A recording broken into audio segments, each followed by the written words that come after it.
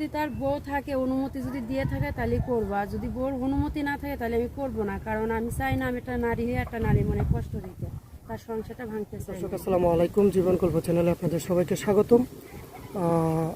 আমার সামনে দেখতে পাচ্ছেন একটি আপু। অফ ক্যামেরাতে আমরা ওনার জীবন গল্প শুনেছিলাম, অনেক কষ্ট লেগেছিল আমাদের। তো আমরা সরাসরি আপুর কাছে চলে যাব। আসসালামু আলাইকুম। ওয়ালাইকুম আসসালাম। কেমন আছেন? আলহামদুলিল্লাহ ভালো আছি। বর্তমানে কি করতেছেন? আমি এখন বর্তমানে একটা সেলাই মেশিনের কাজ শিখতেছি। সেলাই মেশিনের কাজ শিখতেছেন? জি। কেন, আপনার যে ভিডিও আমরা করছিলাম আপনাকে কি কেউ সাড়া দেয় নাই, কেউ সহযোগিতা করে নাই? না, এখনো পর্যন্ত কেউ সহযোগিতা করেনি। এটা কি আমাদের ব্যর্থতা? ব্যর্থটা হয়তো বা আমার। আপনাদের দেখতে মাশাআল্লাহ অনেক চমৎকার, খুব সুন্দর লাগতেছে। শাড়ি পরছেন, বসাচ্ছেন, তারপরেও কেন ব্যর্থতা? হয়তো বা আমার তাদের দিকে পছন্দ হয় নাই, ভালো লাগে নাই, বা আমার ভাগ্য নাই, এটাই আর কি। আচ্ছা আপু, অনেকে তো জানে না আপনার বয়স কত। বয়সটা একটু বলবেন, আপনার বয়স কত? ভাই আমার বয়স তো এখন 28 বছর চলে। আমার আইডি কার্ড বানানোর সময় আমার বয়সটা বাড়াই দেওয়া হয়েছিল, কারণ আমাদের গ্রামে ছোট থাকতে মেয়ে বিয়ে দেয়। তো 10-11 বছর বয়সে, 12 বছর বয়সে মেয়েদের বিয়ে দেয়। তো আইডি কার্ড না হলে তো বিয়ে হয় না, সেই কারণে আইডি কার্ড বানানোর সময় আমার বয়সটা বাড়াই দেওয়া হয়েছিল। তো আইডি কার্ডে আর 35। এমনিতে বয়স হচ্ছে 28 বছর। জি।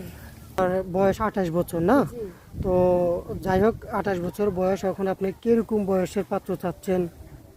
ভাই যেহেতু আমার বয়স 28 বছর, তো আমার তো ওই 30-40 বছরের ছেলেরাই বিয়ে করবে, এর নিচে তো কোনো ছেলেরা বিয়ে করবে না। না। তো যদি 50-60 বছর বয়স হয়? সমস্যা নাই, তার একটা সুন্দর মন থাকলেই হবে। আমার শুধু মাথার তলে, মাথার উপর একটা ছায়ার দরকার, আর কিছু লাগবে না আমার। আচ্ছা, কারো বউ আছে, বউ অসুস্থ, এখন দ্বিতীয়বার আবার বিয়ে করতে চাচ্ছে, হয়তো বা বউয়ের অনুমতি আছে, তো এরকম কোনো পার্সনের কাছে বিয়ে করবেন? যদি তার বউ থাকে, অনুমতি যদি দিয়ে থাকে তাহলে করবো, আর যদি বউর অনুমতি না থাকে তাহলে আমি করবো না। কারণ আমি চাই না আমি একটা নারী হয়ে একটা নারী মনে কষ্ট দিতে, তার সংসারটা ভাঙতে চাই না আমি। যাক, খুব সুন্দর কথা বলছেন।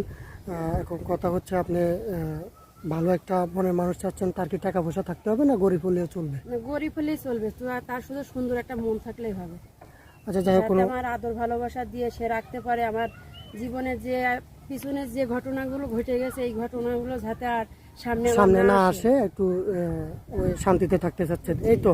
যদি কোনো প্রবাসী ভাই আপনাকে বিয়ের পরে প্রবাস নিয়ে যেতে চায়, আপনি যাবেন? হ্যাঁ, আমি যাব, কোনো সমস্যা নেই? কোনো সমস্যা নাই। কারণ আমার এখানে এমন কেউ নাই যে আমার পিছে থাকবে, আমার জন্য কান্নাকাটা করবে, আমি তার জন্য যাইতে পারবো না, এমন কেউ আমার নাই। কেউ নাই আপনার দায়িত্ব নেওয়ার মতো? কেউ নাই? কেউ নাই। আচ্ছা, যাক, কোনো ভাই যদি আপনার দায়িত্ব নেয়, আপনাকে দয়া করে বা সহযোগিতা করে, পরে কি তার সাথে কোনো প্রতারণা করবেন কিনা? না, প্রতারণা করবো কেন ভাই? আমি কারণ অনেক কষ্টের একটা মানুষ, আমি অনেক কষ্ট পেয়েছি, আমি কষ্ট জিনিসটা বুঝি, যে কেউ কারোর সাথে প্রতারণা করলে যে সে কতটা কষ্ট হবে। না, অনেকে তো এমন আছে, আমাদের এখানে অনেকজনে ভিডিও করছিল, তো টাকা পয়সা দিয়ে সহযোগিতা করে পরে যখন স্বার্থ উদ্ধার হয়ে যায় তখন আর ওনাকে চিনে না, ব্লক মেরে দেয়। এরকম কোনো জঘন্যতম কাজ করবেন কিনা? না ভাই, আমি এরকম ধরনের করবো না। আমি একটা মুসলিম, বুঝছেন? আমি আল্লাহ ভয় পাই, আমি এগুলো কখনো করতে পারি না। আর আমার বাপ ছিল হাজি। 5 ওয়াক্ত নামাজ কালাম পড়ি আমরা, আমি কোরআন শরীফ পড়ি, আমার ভিতরে এরকম ধরনের কোনো ছলনা নাই। আচ্ছা, আমাদেরকে অনেক প্রবাসী ভাইও ফোন দেয়, ঠিক আছে? তো উনি যদি মোবাইলের মাধ্যমে আপনাকে বিয়ে করতে চাই, আপনি বিয়ে করবেন? হ্যাঁ, আপনারা যদি পাশে থাকেন, আপনারা যেটা করবেন আমি সেটাই করব, কারণ আমার কোনো গার্জেন নাই এখন, আপনারাই আমার গার্জেন। আচ্ছা, আপনার সাথে যোগাযোগ করবে কিভাবে? আমার তো ভাইয়া ফোন নাই, আমার ফোন একটা ছিল, সেটা ভেঙে গেছে। এখন আমার বর্তমানে কোনো ফোন নাই। এখন আপনাদের মাধ্যমে যদি কোনো যোগাযোগ করে আমি যদি কিছু সহযোগিতা করতে পারেন আমার। প্রিয় দর্শক, আমরা ভিডিওটি বড় করতে চাচ্ছি না, তো আপনারা ওনার জীবন গল্প শুনলেন, অনেক কষ্টের কাহিনী, সব কিছু। আসলে এখানে 2-4-5 মিনিটে কারো জীবন গল্প বলে শেষ করা যায় না, তারপরেও আমরা টুকিটাকি অনেক কিছু জানার চেষ্টা করছি, আপনাদের মূল্যবান কথাগুলো।